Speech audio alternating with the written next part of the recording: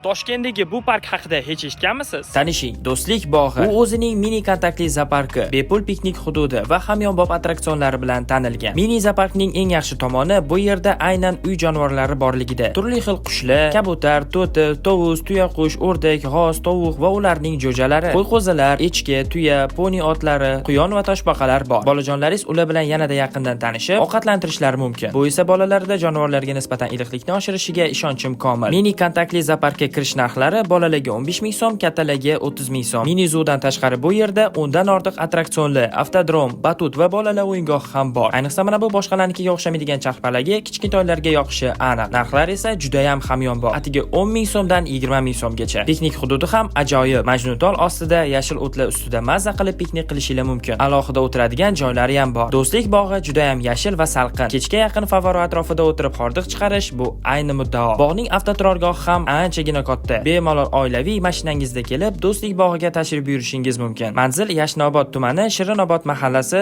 Do'stlik bog'i. Parkni qiynalmasdan topib kelishingiz uchun aniq joylashuvni Telegram sahifamda ham qoldiraman.